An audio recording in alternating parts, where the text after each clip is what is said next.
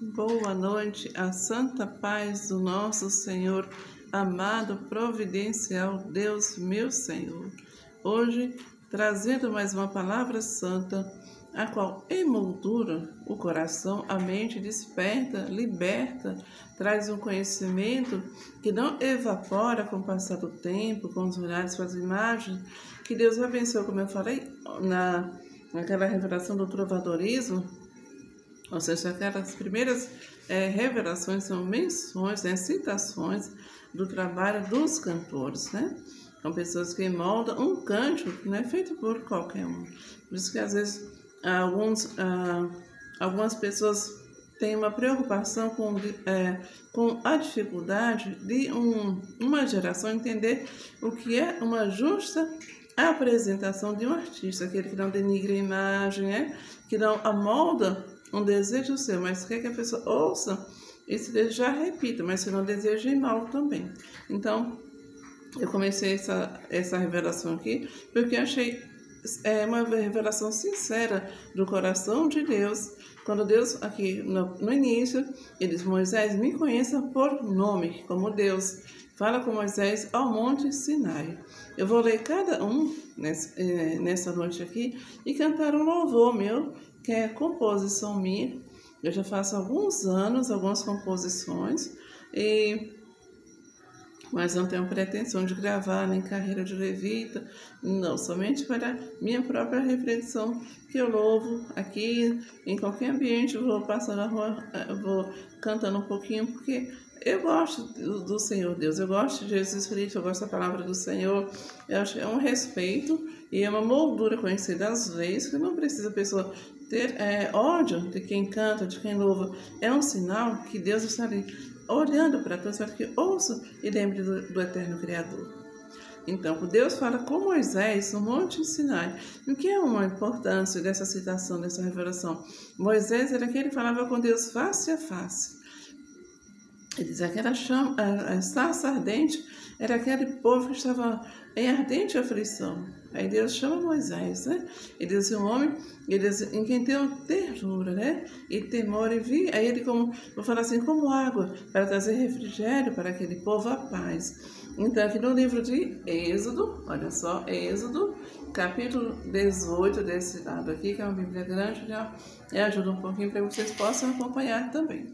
Eu vou falar uns pouquinhos para que vocês possam compreender, e aqueles que já estão acompanhando a leitura, revelações da palavra do Senhor, é para edificar, não é para sorteio de quem vai ser abençoado. Quem é abençoado sempre é aquele que procura esta voz. Como está escrito aqui, ó, esta voz falou, entendeu? Entendeu e entenderam cada um. Não sou eu que dou sorte a ninguém. É a santa obediência, a santa leitura, o santo em qualquer idade. Você buscar estudar, aprimorar. Se você tem uma aptidão vocacional, de honra de trabalho, você cansar um pouquinho, mude para outro, conheça outras pessoas com nova geração, para você ensinar algo que você aprendeu no passado e aprender com o novo. Esse é um novo comportamento da comunicação social globalizada, respeitando, tendo conhecimento das leis, vão te favorecer. 30 minutinhos você dedicar cada dia da semana, você vai aprimorar, ter um intercâmbio, uma normatização da norma culta, e você vai cultivar a habitualidade da leitura que traz saúde, cantar, louvar, traçar no corpo alguns movimentos para que você possa educar o teu corpo, né? Então, se moldar muito em ambiente fechado, sair um pouquinho, conversar, normalmente a gente traz saúde com quem você conversa e deixando a paz.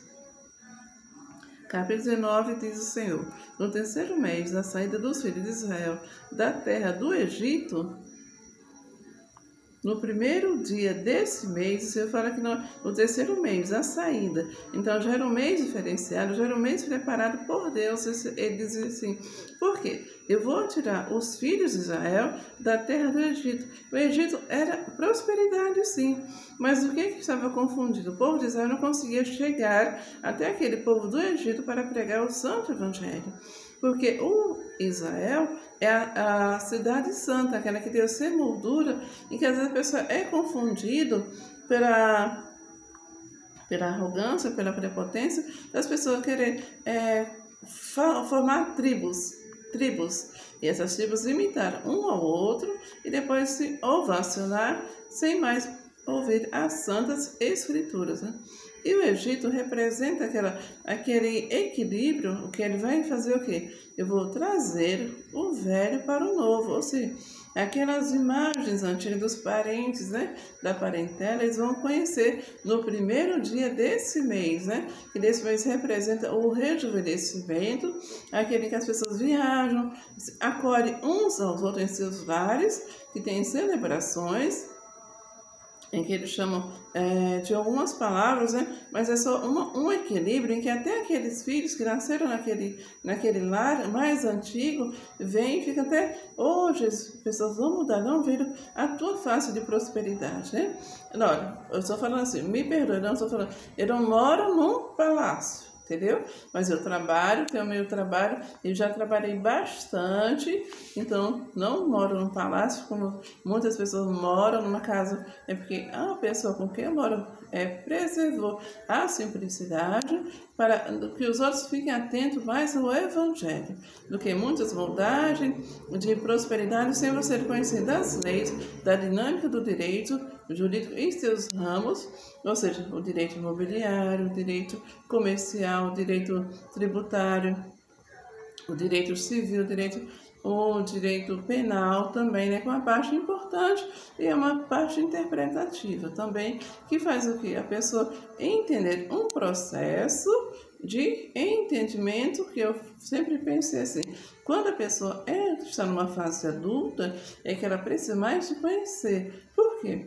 Ela vai ter comportamento e relacionamento com várias pessoas, e várias pessoas se pensam que você conversa e tem um equilíbrio mental condicionado para entender um momento que alguém viveu no passado e moldura somente para quem? Aqueles que você pode falar como parentes, parentesco, que às vezes tem alguns, como se diz aqui, tendo partido de Refidim era aquela terra onde já havia muita escassez, já não havia santa palavra do Senhor, vieram ao deserto de Sinai, no qual se acamparam. Ali, pois, se acampou Israel em frente do monte.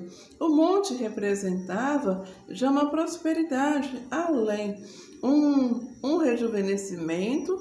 Esse rejuvenescimento traz o quê? Um equilíbrio. Eu vou encontrar algo novo, mas aí eu vou dizer assim, eu estou com um momento na minha mente ultrapassado. Como é que eu posso agora prosperar? No momento em que vocês estão susceptíveis às coisas urbanas, e não mais aquele aconchego do Monte Sinai. Então, eles já vão estar num passo mais à frente. Não reconhecem, são soberbos, apegados à avareza, à riqueza, e se afastam, né? Para não dizer, nunca fui ali naquele deserto, não passei pelo deserto Sinai, não conheço nem Moisés, nem esse nome, emolduro mais, que é o nome do Deus de toda a criação, né? Ele já fala com arrogância, com soberba, mas as pessoas passam apenas, às vezes nem se reconhecem mais, devido ao tempo, enquanto outras pessoas pensam que eles têm uma moldura na mente que reconhecem também. Aí são confundidos, aí se diz, envergonhados e confundidos os soberbos de coração, porque a soberba encheu o coração, não preencheu um espaço para dizer, oh, Pai, eu te agradeço pelo momento que o Senhor me consideraste um momento para não viver assim. Mas a pessoa não precisa se amoldar.